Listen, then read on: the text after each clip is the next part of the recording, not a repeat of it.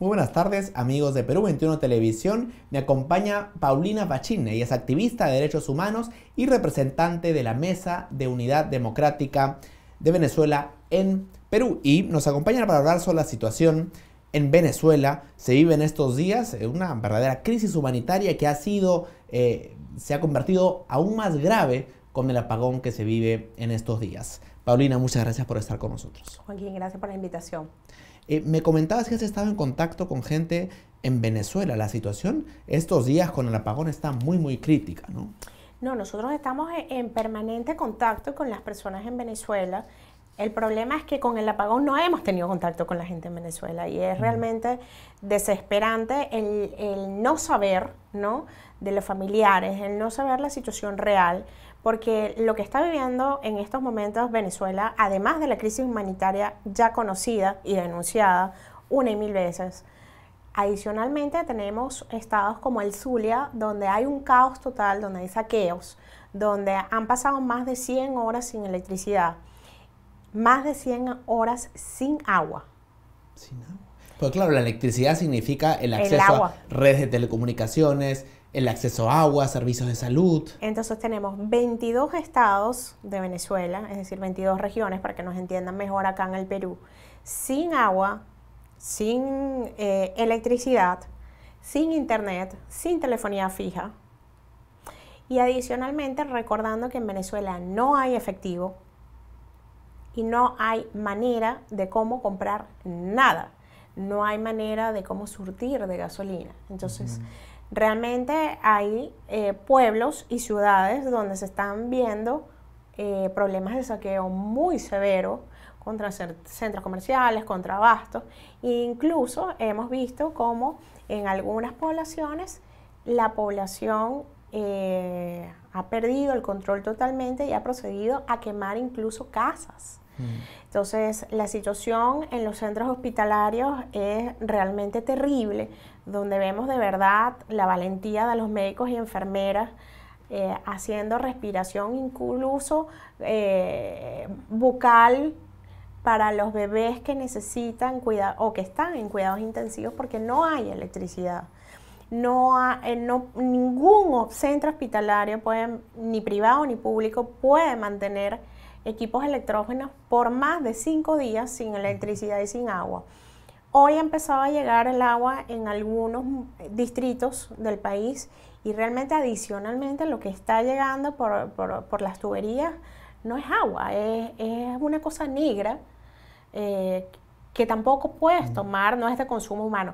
Y la desesperación es tan terrible, Joaquín, que cualquier persona que haya ido a Caracas sabe la magnitud de la contaminación que tiene el río Guaira, que es el que atraviesa toda la ciudad, y los olores pestilentes que de ahí se emanan. Y la gente está tan desesperada que se ha lanzado al río a tomar agua de allí.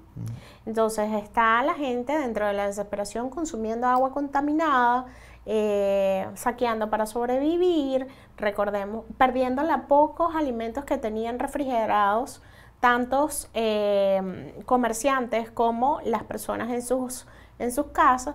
Tenemos a comerciantes que bueno, han sido bondadosos y han regalado los alimentos a la población porque de todas maneras se les va a dañar todo esto ya dentro de la crisis humanitaria que tenemos en el país. Pero este es sin duda el punto más álgido en lo que va de la crisis, ¿no? No creo que haya habido un punto, una situación tan compleja en los meses previos, ¿no?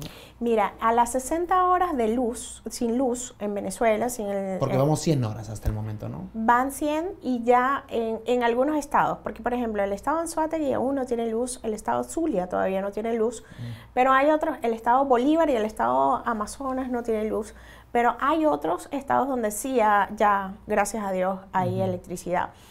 Pero cuando teníamos 60 horas sin electricidad, ya se habían contabilizado más de 100 personas fallecidas por el hecho de la falta de electricidad en los centros hospitalarios.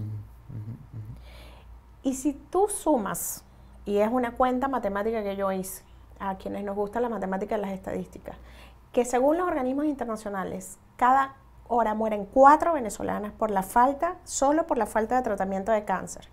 En 60 horas murieron 360 venezolanos. Una verdadera tragedia. Entonces, es una tragedia de unas magnitudes que deben ser atendidas y que la comunidad internacional y los organismos internacionales como las Naciones Unidas y específicamente la Comisionada de Derechos Humanos tiene que tomar acciones. Pero sin embargo, el régimen de Maduro se sigue mostrando hostil para con la ayuda humanitaria internacional. Es decir, no permite el ingreso. Estamos ante un régimen usurpador que, a pesar de tener no a miles ni a cientos, sino a millones de venezolanos muriendo de hambre y por la escasez de medicinas, primero impide el ingreso y cierra las fronteras del país. Pero aún siendo más agresivo, más violento, más dando a conocer más la capacidad de un régimen autoritario dictatorial, que es lo que vive en Venezuela, fue capaz de asesinar a miembros de las comunidades indígenas originarias venezolanas como los Pemones, que intentaron ingresar por el Amazonas en la ayuda humanitaria, y por el estado Táchira, con nuestra frontera con Colombia, vimos cómo pudieron quemar los camiones de ayuda humanitaria que iban cargados de medicinas y alimentos, y ver la gente desesperada porque la necesitaba, ¿no? ¿Cuál es el temor de Maduro de dejar ingresar la ayuda humanitaria? El temor de ingresar la ayuda humanitaria es el temor de dejar ingresar la libertad a Venezuela. Esa que los venezolanos hoy, sin distingos políticos, clamamos. Esa Venezuela que todos queremos, y sin importar si eres de izquierda o derecha o de centro, simplemente hoy en día que entre la libertad a Venezuela, que ingrese la ayuda humanitaria en Venezuela, significa un poco de vida para los venezolanos. La calidad de vida en Venezuela, la palabra calidad de vida, condiciones mínimas de vida, esas conceptualizaciones que nosotros conocemos, en Venezuela no existen. En Venezuela vivimos un país donde lo que reina es el caos, la opresión, la libertad de expresión, que el día de ayer fue aprendido un nuevo periodista, como fue el caso de Luis Carlos, sí. Donde se persigue la disidencia, donde se somete sin distingo político, de religión, de clase social, a todo un país a una crisis humanitaria, a una crisis energética, a una falta de agua, siendo esto esenciales para la vida. Y donde un país donde yo les quité el término de seres humanos y me los dejé en seres, cometen actos inhumanos, como someter a todo el país a la escasez total de electricidad y de agua, solamente con un objetivo: mantenerse en el poder. ¿Y cómo explicas tú o cómo entiendes que haya un sector de la población cada vez más reducido ciertamente, pero que existe todavía, que apoya al régimen de Maduro? Recordemos que el sistema de publicidad de Nicolás Maduro ha sido muy eficiente, es el mismo que tenía Chávez, está manejado por el G2 cubano.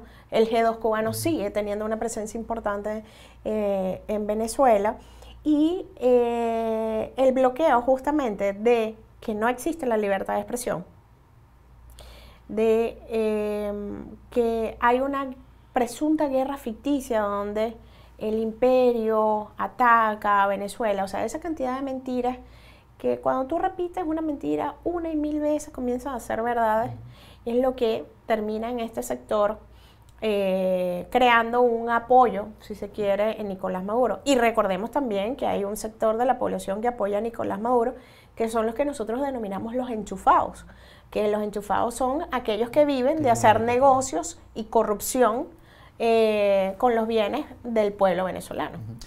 Te quiero preguntar, Paulina, sobre Juan Guaidó, el presidente legítimo de Venezuela. Hace un par de semanas había un gran entusiasmo por el proyecto Guaidó, se realizó este concierto en la frontera con Colombia y se pensaba que estábamos finalmente entrando a una fase, digamos, de deterioro muy rápido del régimen de Maduro, pero sin embargo, como que la ayuda humanitaria no llegó a ingresar a la velocidad esperada y como que esa expectativa y ese optimismo pareciera que se ha apagado un poco. ¿Quedan esperanzas de que en el corto plazo el proyecto de Guaidó progrese como presidente efectivo de Venezuela? Dijiste una palabra interesante. Se ha apagado. Nos apagaron el país. Nos apagaron la electricidad en el país. ¿Cómo? Y la pregunta que cualquier persona lógica puede hacerse. después de 5 días sin electricidad y sin agua. ¿Cómo puede un pueblo salir a manifestar? Y es parte del proyecto del régimen usurpador contra justamente apagar esa llama de esperanza que hoy en día se llama Juan Guaidó. O sea, tú lo que estás argumentando es que el régimen de Maduro ha hecho este apagón casi que adrede para, digamos, hacer más lentos los movimientos. El apagón era la crónica de una muerte anunciada. Cuando tienes 20 años donde se han robado, insisto, se han robado toda la inversión en el sistema eléctrico venezolano, donde la excusa de que en Venezuela no haya electricidad viene siendo cosas tan ridículas como que una iguana se comió un cable de alta tensión. Y un gran etcétera, y un gran sinfín de etcéteras ilógicos. Y que un ataque electromagnético de Estados Unidos, ¿no? Que es algo absurdo, ¿no? Exactamente, que es solamente corrupción y más corrupción, que se han robado 1 y 1000 veces el dinero de los venezolanos. Y justamente, obviamente, tenía que colapsar el sistema eléctrico. Pero qué casualidad que colapsa en este momento. ¿Y quién es el que mantiene el control de todas las operaciones de Corpoelect, que es la Corporación Eléctrica de Venezuela? Nicolás Maduro. ¿Y quién es la custodia? La Guardia Nacional Bolivariana, que todavía se encuentra una parte de ella bajo el mando de Maduro usurpador. Entonces, bueno, obviamente, y es otra cosa que viene haciendo muy inteligente Nicolás Maduro, un pueblo desnutrido, un pueblo que en promedio ha perdido 13 kilos. ¿Cómo sale a marchar a las calles? ¿Cómo sale a protestar? Las imágenes que tú ves de Venezuela es la gente realmente desnutrida y son imágenes que tú no pensabas ver sino en Somalia o en Sierra Leona. Pero más duro es cuando tú ves a tu familia en esas condiciones. Cuando tú ves a tus amigos, a tus compañeros de trabajo que dejaste allá, en las condiciones de desnutrición en las cuales se encuentran. Entonces, ahí es donde tú empiezas a darte cuenta la magnitud de la violación de los derechos humanos contra toda la población. Quisiera escuchar cuál es tu balance de Juan Guaidó como líder del movimiento en contra de Maduro. ¿Tú crees que él está a la altura del enorme reto que tiene enfrente? Yo creo que lo primero que hay que decir del presidente Guaidó es que es un valiente. Y no solamente él, sino su familia. Vemos cómo su esposa lo acompaña siempre. Y sabiendo los riesgos que se corren en Venezuela, cuando uno toma una responsabilidad de tal magnitud, es de valiente. Y lo digo con total responsabilidad. Creo que Juan Guaidó es un presidente encargado, valiente, coherente, que ha venido haciendo lo correcto. Creo que deja muy bien parada a la familia venezolana, que representa la verdadera familia venezolana, de principios. Y adicionalmente hay algo que creo que a los jóvenes nos enorgullece, y más a nosotros que nos llamamos la generación del 2007, que es una generación que nació justamente de la lucha contra el cierre de Radio Caracas Televisión. Y Juan viene de allí, todos venimos de allí. Y Venezuela es un país joven. Y en él vemos esa esperanza que el país necesita. Y no lo vemos solamente en él, y hay que hacer mención de eso. Juan Guaidó es producto también de esa unidad, de esa conciliación entre los partidos políticos, organizaciones civiles y ONGs, incluso sindicatos, universidades, etcétera, etcétera, que estamos unidos con un solo objetivo: que a Venezuela no solamente ingrese esa ayuda humanitaria, sino que ingrese la libertad y que realmente podamos estabilizar un gobierno de transición, que es lo que estamos viviendo en cierta medida ahorita.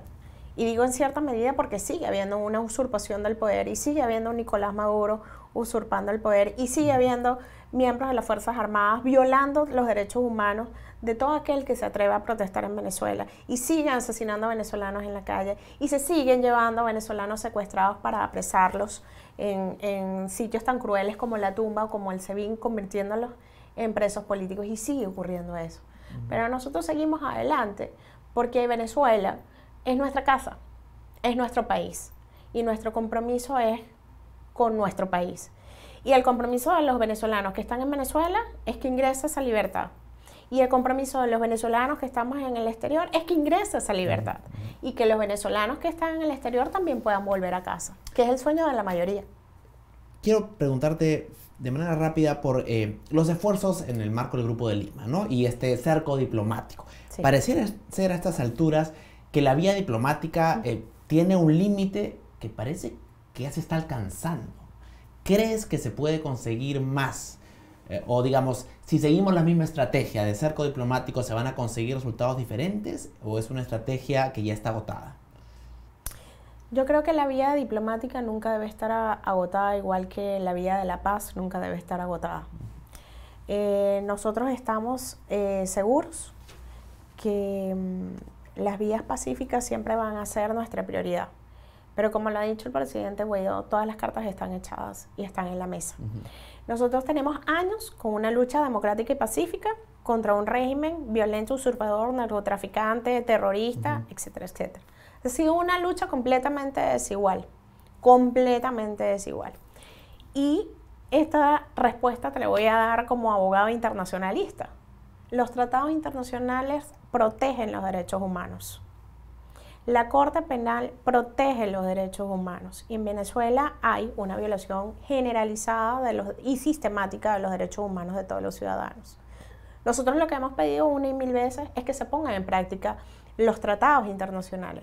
Y si se pusieran en práctica los tratados internacionales, le aseguro que Nicolás Maduro no estaría ejerciendo o usurpando el poder en Venezuela. La petición constante nuestra es que se pongan en práctica los tratados internacionales y que dejen de ser un papel que lo leen una y mil veces, pero que nadie sabe cómo se procesa. Entonces, eso es lo que nosotros planteamos.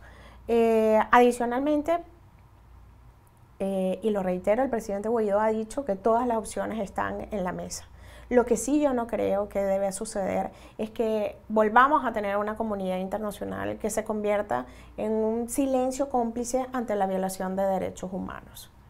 Y sí creo también, siendo el Perú sede del Grupo de Lima, y por algo se llama el Grupo de Lima, que debemos ser más fuertes y proactivos en el tema no de la protección de Juan Guaidó, de la protección de los derechos humanos de los venezolanos, de promover la democracia en Venezuela, de promover el ingreso a la libertad, de promover el ingreso a la ayuda humanitaria. Y no podemos estar convocando a unas elecciones donde, ¿cómo vamos a tener un proceso electoral en Venezuela si ni electricidad tenemos? Es nuestro deseo más grande, obviamente. Pero los pasos están dados, que es un gobierno de transición, una cese de la usurpación y posteriormente elecciones libres.